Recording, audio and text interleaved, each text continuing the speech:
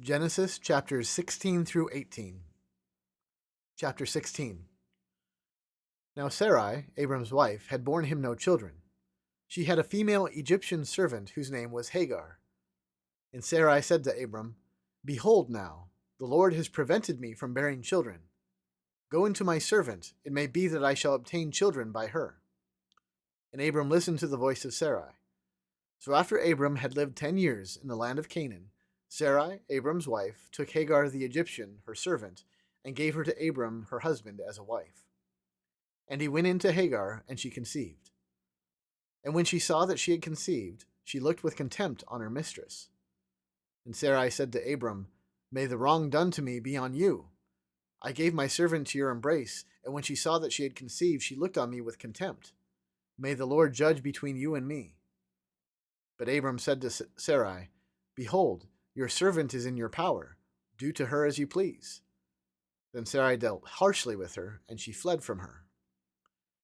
The angel of the Lord found her by a spring of water in the wilderness, the spring on the way to Shur. And he said, Hagar, servant of Sarai, where you have come from, and where are you going?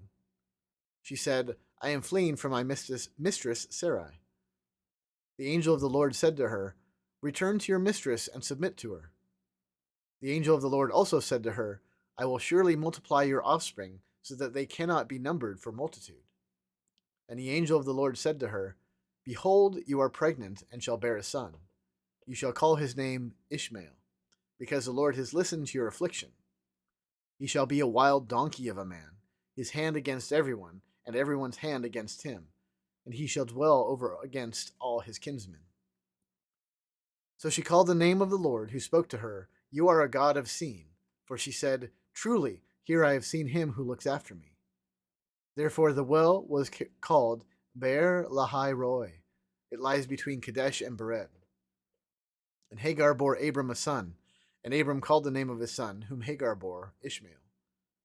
Abram was 86 years old when Hagar bore Ishmael to Abram. Chapter 17.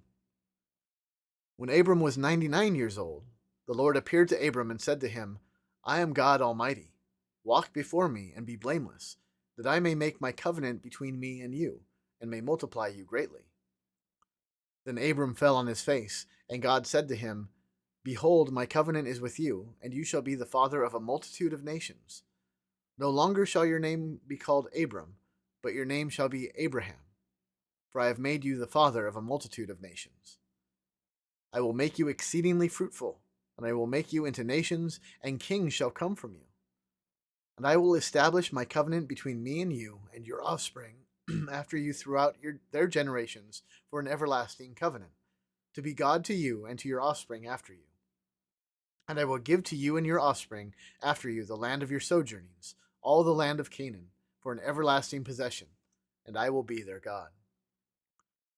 And God said to Abraham, As for you, you shall keep my covenant, you and your offspring after you throughout their generations. This is my covenant, which you shall keep between me and you and your offspring after you. Every male among you shall be circumcised. You shall be circumcised in the flesh of your foreskins, and it shall be a sign of the covenant between me and you.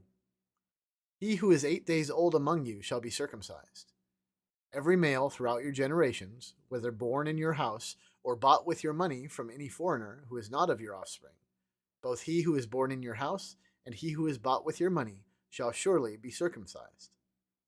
So shall my covenant be in your flesh, an everlasting covenant.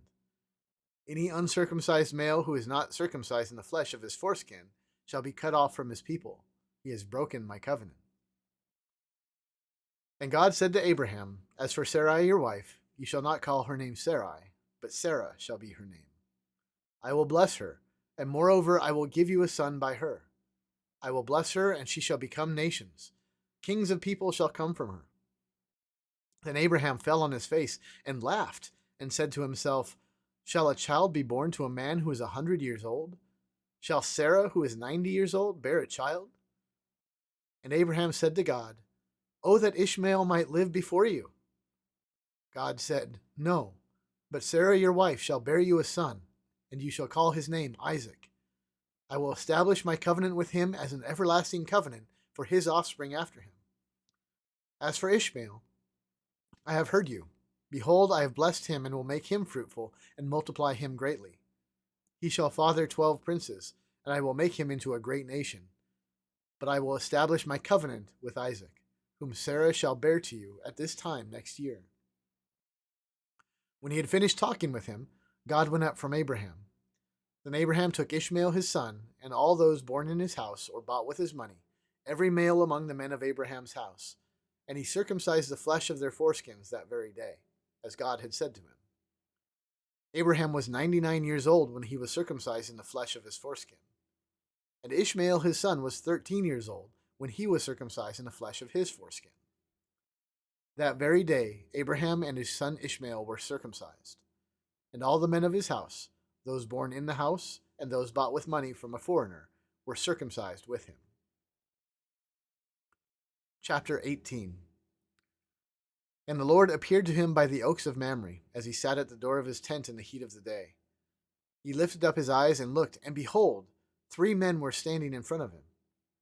When he saw them, he ran from the tent door to meet them, and bowed himself to the earth, and said, O Lord, if I have found favor in your sight, do not pass by your servant. Let a little water be brought, and wash your feet, and rest yourselves under the tree, while I bring a morsel of bread, that you may refresh yourselves, and after that you may pass on, since you have come to your servant. So they said, Do as you have said. And Abraham went quickly into the tent to Sarah, and said, Quick, 3 seahs of fine flour, knead it, and make cakes. And Abraham ran to the herd and took a calf, tender and good, and gave it to a young man who prepared it quickly. Then he took curds and milk and the calf that he had prepared, and set it before them. And he stood by them under the tree while they ate. They said to him, Where is Sarah, your wife? And he said, She is in the tent.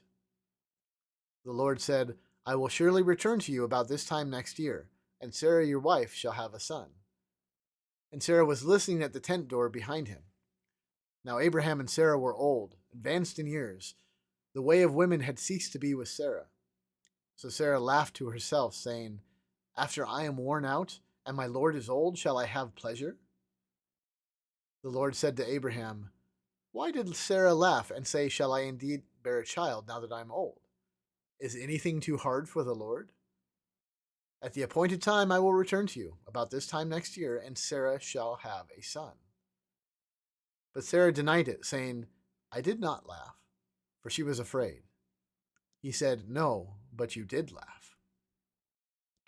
Then the men set out from there, and they looked down toward Sodom.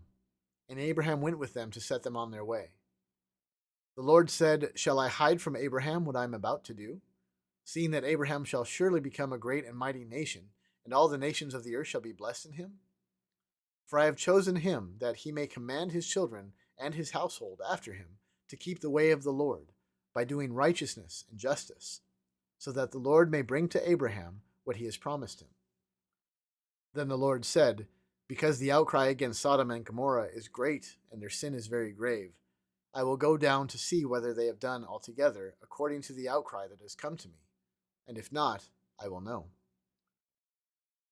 So the men turned from there and went toward Sodom. But Abraham still stood before the Lord. Then Abraham drew near and said, Will you indeed sweep away the righteous with the wicked? Suppose there are 50 righteous within the city. Will you then sweep away the place and not spare it for the 50 righteous who are in it? Far be it from you to do such a thing, to put the righteous to death with the wicked, so that the righteous fares the wicked. Far be that from you. Shall not the judge of all the earth do what is just? And the Lord said, If I find at Sodom 50 righteous in the city, I will spare the whole place for their sake. Abraham answered and said, Behold, I have undertaken to speak to the Lord, I who am but dust and ashes.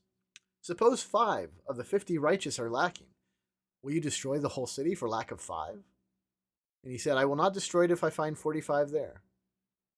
Again he spoke to him and said, Suppose 40 are found there. He answered, For the sake of 40, I will not do it. Then he said, Oh, let not the Lord be angry, and I will speak. Suppose 30 are found there.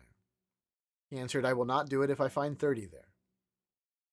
He said, Behold, I have undertaken to speak to the Lord. Suppose 20 are found there. He answered, For the sake of 20, I will not destroy it. Then he said, Oh, let not the Lord be angry, and I will speak again but this once. Suppose 10 are found there. He answered, For the sake of 10, I will not destroy it.